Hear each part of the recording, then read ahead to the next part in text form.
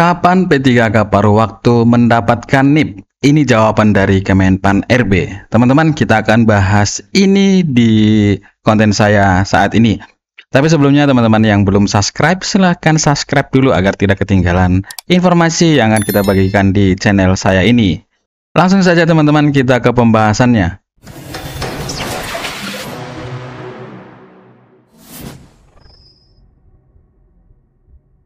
Pertanyaan tentang kapan pegawai pemerintah dengan perjanjian kerja atau P3K paruh waktu akan mendapatkan nomor induk pegawai atau NIP menjadi perhatian ataupun lagi ramai dibicarakan pada saat ini.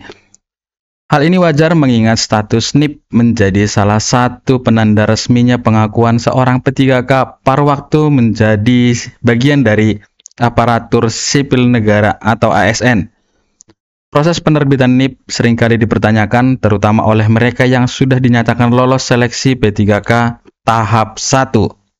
Karena untuk pada saat ini, di saat saya buat konten ini, baru selesai ataupun lagi proses pengisian daftar riwayat hidup buat P3K yang lolos pada tahap 1. Jadi para rekan-rekan yang tidak lolos ataupun yang dijanjikan akan diangkat menjadi P3K paruh waktu masih menunggu informasi berikutnya.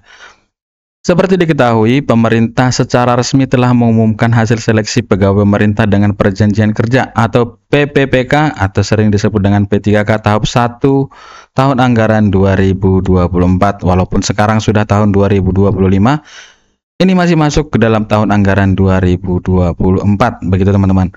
Dalam pengumuman tersebut terdapat sejumlah kode keterangan untuk mengetahui status kelulusan mereka. Kode R2-L diberikan kepada ex tenaga honorer kategori 2 atau THK2 yang lulus seleksi berdasarkan skala prioritas pemerintah, di mana THK2 ini menjadi prioritas 1 di seleksi pada tahun 2024. Peserta dengan kode ini telah memenuhi seluruh persyaratan dan akan diangkat menjadi P3K paruh penuh waktu sesuai dengan formasi jabatan yang tersedia. Artinya, para rekan-rekan ex-THK2 ini sudah masuk ke dalam formasi jabatan yang tersedia, di mana kemarin yang sudah dikategorikan kepada kode R2L, yakni mereka adalah THK2 yang dinyatakan lulus.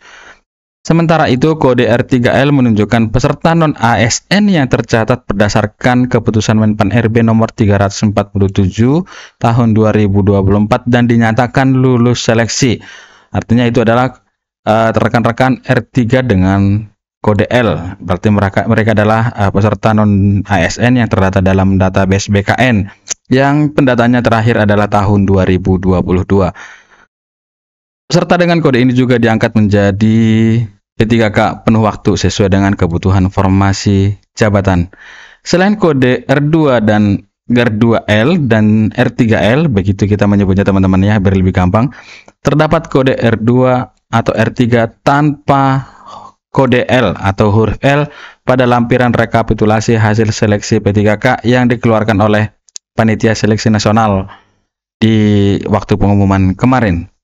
Kode ini menunjukkan bahwa peserta tidak mendapatkan formasi jabatan, tetapi tetap berpeluang diangkat sebagai P3K paruh waktu. Hal ini sesuai dengan keputusan Menteri Pendayagunaan Aparatur Negara dan Reformasi Birokrasi atau Menpan RB nomor 347 tahun 2024. Dalam diktum ke-33, keputusan tersebut disebutkan bahwa pelamar yang telah mengikuti seluruh tahapan seleksi P3K namun tidak dapat mengisi lowongan kebutuhan jabatan, maka dapat dipertimbangkan untuk menjadi pegawai pemerintah dengan perjanjian kerja paruh waktu. Jadi paruh waktu ini diberikan kepada yang setelah mengikuti seleksi P3K tahap 1 namun tidak mendapatkan kebutuhan lowongan jabatan. Tapi teman-teman perlu kita garis bawahi bahwa mereka yang mengikuti di tahap 1 adalah mereka yang R2 dan juga R3, di mana tadi kita sudah ketahui R2 ini adalah ex-THK2, R3 ini adalah tenaga honorer yang terdata di database BKN yang pendataannya pada tahun 2022 kemarin. Dengan demikian, peserta dengan kode R2 dan R3 tanpa huruf L telah memenuhi syarat administrasi dan seleksi tetapi tidak mendapatkan formasi jabatan. Peluang mereka akan diangkat sebagai P3K paruh waktu bergantung pada kebutuhan pemerintah.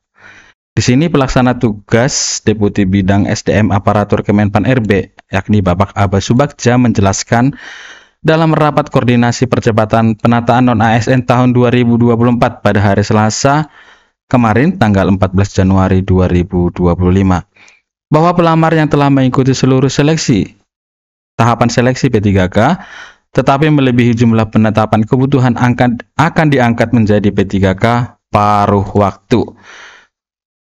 Yang menjadi pertanyaan besarnya sampai saat ini adalah kapan P3K paruh waktu mendapatkan NIP? Terkait pengusulan NIP P3K untuk status paruh waktu, Aba Subagja menyampaikan bahwa pengangkatan atau penyerahan NIP P3K dapat dilakukan dalam hal terdapat perubahan kebutuhan organisasi. Penyesuaian penetapan kebutuhan ini dilakukan paling lambat 3 bulan setelah pengumuman hasil seleksi sepanjang memenuhi persyaratan jabatan. Oleh karena itu, pelamar yang dinyatakan lulus sebagai P3K paruh waktu diharapkan untuk terus memantau informasi resmi dari instansi terkait. Keputusan akhir mengenai pengangkatan dan penerbitan NIP akan bergantung pada kebutuhan organisasi yang terus dievaluasi oleh pemerintah. Jadi teman-temanku, sampai saat ini masih dalam proses evaluasi walaupun sudah keluar keputusan dari Kemenpan RB perihal P3K paruh waktu. Perlu kita ingatkan, kita sama-sama memantau pergerakannya, informasinya tentang kapan akan diberikan NIP kepada P3K paruh waktu. Seperti dikatakan, prosesnya ini dilakukan paling lambat 3 bulan. Oke, paling lambat 3 bulan. Misalnya nanti, sesuai dengan jadwal yang sudah ada, untuk P3K penuh waktu yang lolos akan proses pengolahan ataupun pengolahan data untuk pemberian NIP kepada tahap 1 dilaksanakan mulai dari awal Februari sampai dengan akhir Februari. Ini kan dikatakan paling lambat. Jadi bisa saja itu di Maret, April, ataupun Mei. Kira-kira seperti itu teman-teman. Jadi kita tetap memantau bagaimana pergerakan jadwal-jadwal yang sudah diaturkan oleh pemerintah. Karena setelah keterlibatan Menteri Dalam Negeri dalam pengangkatan P3K paruh waktu ini, di mana kemarin Kementerian Dalam Negeri sudah terlibat langsung dalam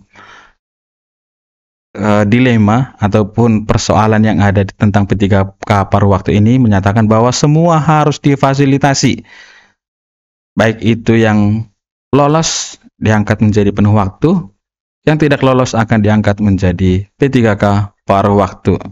Dan semua aturan dinyatakan sama, baik itu untuk yang penuh waktu ataupun paruh waktu. Undang-undangnya sudah diatur, di mana dinyatakan dalam undang-undang bahwa tahun 2024 sudah tidak ada lagi honorer, dan seluruh honorer akan difasilitasi menjadi ASN. Baik itu nantinya yang diangkat menjadi P3K penuh waktu ataupun P3K paruh waktu. Kira-kira itu teman-teman yang bisa saya sampaikan pada saat ini, kiranya bisa memberikan kabar gembira ataupun menambah semangat kita. Terlebih buat teman-teman yang tidak lolos, yang kemungkinan akan diangkat menjadi P3K paruh waktu. Sekian teman-teman, semoga bermanfaat. Salam dari saya.